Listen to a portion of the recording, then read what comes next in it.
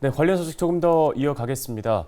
우울감 등을 극복하기 위해서는 어떤 노력들이 필요할지 전문가 연결해서 도움 말씀 들어보겠습니다. 네, 충남광역정신건강복지센터의 이상은 부센터장을 전화 연결해 보겠습니다. 안녕하십니까? 안녕하세요. 이상은입니다. 예, 이번 참사로 많은 국민들이 심리적 고통을 겪고 있는데요. 먼저 현재 이 같은 상황들 어떻게 진단하고 계신지요? 네. 이번 사고가 더 충격적으로 다가온 것은 사상자가 많은 것도 있지만 우리가 일상 속에서 쉽게 접할 수 있는 공간에서 발생했다는 점이 아닐까 싶습니다. 또한 워낙 많은 목격자가 있어서 SNS 등 미디어에 많은 사고 관련된 내용들을 그리고 영상들이 계속 올라오고 있다는 점, 그리고 사고 수습 당시에도 사망자가 계속 발생하고 있었다는 점에서 사고 당사자뿐만 아니라 사고 현장에 출동했던 인력들, 그리고 이를 접하게 된 전 국민 모두가 트라우마를 겪으셨으리라 생각됩니다. 실제로 이번 사고를 접하면서 이전에 겪었던 트라우마가 다시 떠올라 힘들다며 상담을 요청해 오신 분들이 꽤 있으셨습니다. 보통은 트라우마를 경험하게 되면 대부분의 사람들은 심각한 후유증 없이 이를 극복할 수 있습니다. 그러나 지금처럼 사고 당시의 영상이 무분별하게 올라감으로써 사고에 대해 지속적이고 반복적으로 노출이 되거나 또는 피해자들에 대한 비난과 같은 2차 가해가 있음으로 해서 유족분들이나 일부 트라우마 경험자들에게서는 외상 후 스트레스 장애와 같은 정신병적 질환으로 이어질 수 있기 때문에 염려스럽습니다.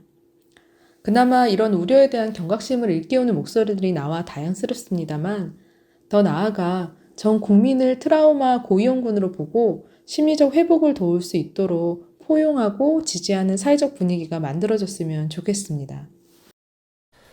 네, 알겠습니다. 충격적인 이런 사건을 겪고 난 뒤에 어떤 증상들을 겪을 수 있는지, 그리고 증상이 좀 있을 때 어떻게 대처를 해야 하는지도 알려주시죠. 트라우마를 겪게 되면 누구나 스트레스 반응을 보이게 되고 이는 아주 자연스러운 현상입니다. 일반적으로는 흔히 불안, 분노, 우울감, 그리고 무기력감이나 감정적 마비를 호소하기도 하시고요. 두통이나 위장장애와 같은 신체적 반응, 그리고 흔히 경험하시는 불면, 일시적인 음주량 증가 등이 나타날 수 있습니다. 이럴 때는 충분한 휴식을 가지시면서 기분과 주의를 전환할 수 있는 가볍고 편안한 활동을 하시는 것이 좋습니다.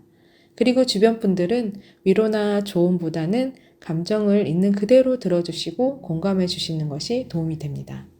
트라우마에도 골든타임이 있다고 얘기들 합니다. 외상 후 스트레스 장애로 진단된 환자분들이 6개월 안에 적절한 심리치료를 받는 경우 완치율은 70%에 가까웠다고 합니다. 그러니 이런 심리적 어려움으로 일상생활 유지가 어려우시다면 고민하지 마시고 정신건강 전문가에게 도움을 받으시기를 적극 권유드립니다. 예, 관련해서 그럼 센터에서 추진하고 있는 사업들이 있다면 소개해 주실까요? 저희 충남광역정신건강복지센터는 15개 시군의 정신건강복지센터와 더불어 도민분들의 정신건강 증진을 위해 힘쓰고 있습니다. 우리가 살다 보면 이번 이태원 사고와 같이 큰 사건을 겪기도 하고 일상에서 또는 관계 속에서 크고 작은 상처에 힘들어하기도 합니다. 이런 심리적 어려움을 겪으실 때 이용하실 수 있는 1577-0199라고 하는 24시간 정신건강 위기상담 전화를 운영하고 있습니다. 또한 도민의 정신건강을 위해 치유의 숲과 연계해 상시로 마음치유 프로그램을 운영하고 있습니다. 그 외에도 자살 시도자분들을 위한 치료비 지원, 그리고 정신장애를 예방하고 편견을 해소하기 위한 교육과 캠페인, 정신건강 재활 프로그램 등을 운영하고 있습니다.